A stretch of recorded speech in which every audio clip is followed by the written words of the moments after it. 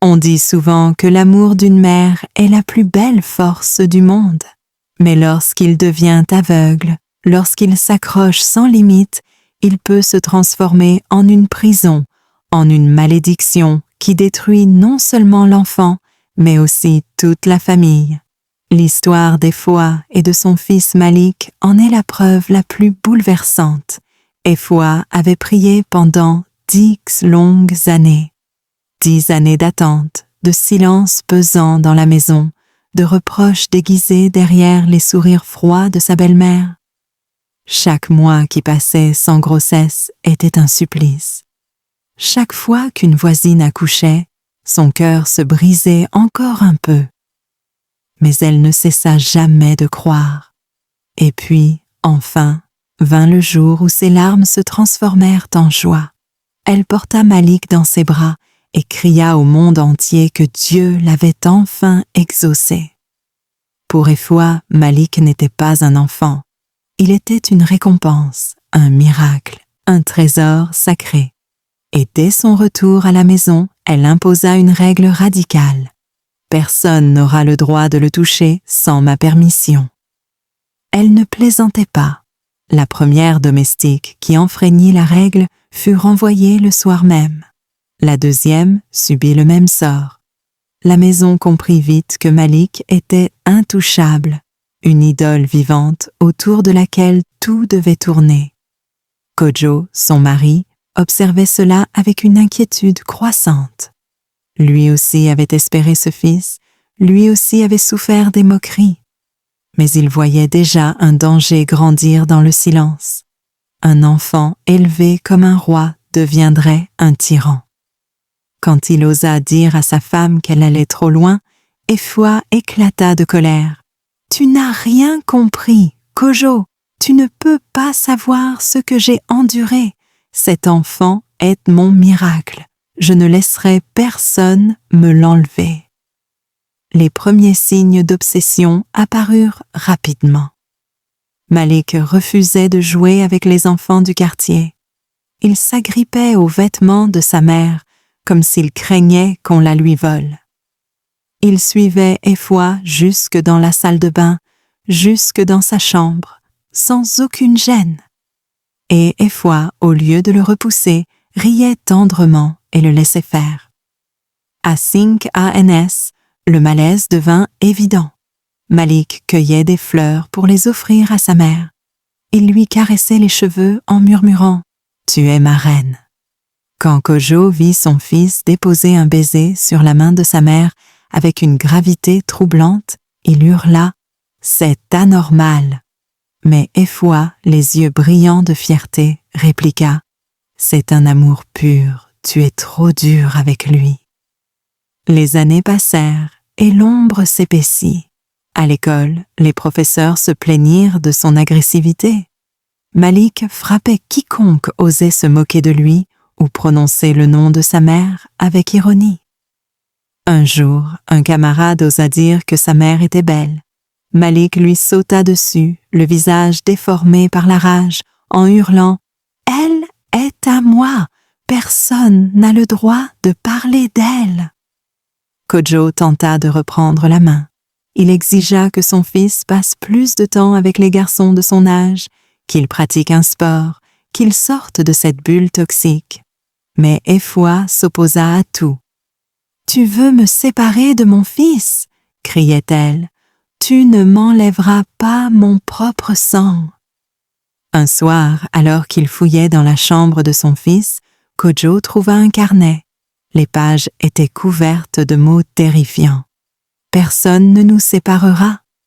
Je la protégerai jusqu'à la mort.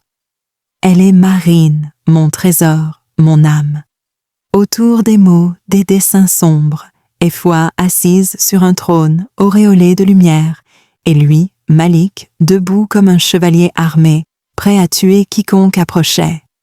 Kojo, tremblant, montra le carnet à sa femme, mais au lieu de réagir, Efwa détourna les yeux. « Ce n'est qu'un jeu d'enfant, » murmura-t-elle. « Tous les enfants écrivent des choses étranges. » Kojo faillit exploser. « Un jeu! Regarde ces pages, Efwa! il est obsessionnel, il est malade, et tu en es responsable. Mais Ephoi, dans son aveuglement, préféra se bercer d'illusions. Les choses s'aggravèrent. Malik accompagnait sa mère partout, même aux réunions familiales. Quand un oncle osa embrasser Ephoi sur la joue, Malik se plaça devant elle et hurla « Ne la touche pas !» Toute la salle resta pétrifiée. Ephoi, gêné mais incapable de réprimander son fils, sourit nerveusement et prétendit que ce n'était rien. Un soir, la dispute éclata violemment. Malik, adolescent maintenant, venait de menacer un invité de la famille qui avait complimenté Ephoi. Kojo, hors de lui, le saisit par le col et gronda « Ça suffit, Malik, tu ne peux pas continuer ainsi. » Mais Malik planta ses yeux dans ceux de son père et dit d'une voix glaciale « Tu n'as aucune place ici. Elle est à moi, pas à toi. » Ces mots furent la goutte d'eau. Kojo décida d'envoyer son fils dans un internat, loin d'Ephoi. Mais le soir où il annonça sa décision, Malik entra dans leur chambre en pleine nuit.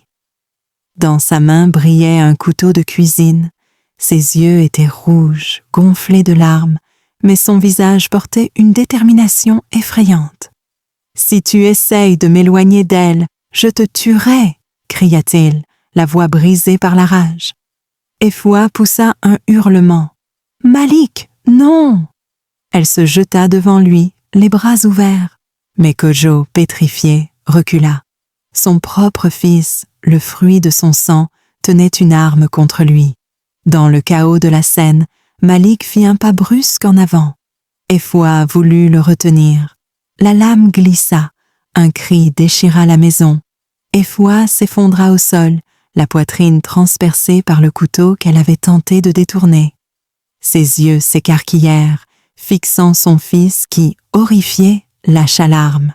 « Maman, non, non !» hurla Malik en tombant à genoux près d'elle. Ses mains tremblaient, couvertes de sang. Kojo, figé, regardait la scène sans parvenir à croire ce qu'il voyait. Ephoi, d'une voix faible, murmura « Mon fils, je t'ai aimé, plus que tout. » Puis son souffle s'éteignit. Le silence qui suivit fut plus glaçant que 1000 cris. Malik secouait le corps inerte de sa mère en répétant « Réveille-toi, réveille-toi, je t'en supplie. » Mais Ephoi ne se réveilla plus jamais. Ce soir-là, la maison autrefois remplie de prières et d'espoir sombra dans la tragédie. L'amour aveugle d'une mère avait engendré le drame qu'elle refusait de voir. Malik, brisé par son propre geste, ne serait plus jamais le même. Et Kojo, effondré, comprit que le prix du silence et du déni avait été la vie de la femme qu'il aimait. Cette histoire nous rappelle que même l'amour le plus pur peut devenir destructeur quand il dépasse les limites. Et vous, qu'auriez-vous fait à la place d'Ephoi? Auriez-vous eu le courage de poser des limites à temps? Si cette histoire vous a bouleversé, n'oubliez pas de vous abonner à la chaîne, d'appuyer sur le bouton like et de partager cette vidéo autour de vous. Ensemble, faisons connaître ces récits forts qui portent des leçons de vie et des émotions inoubliables.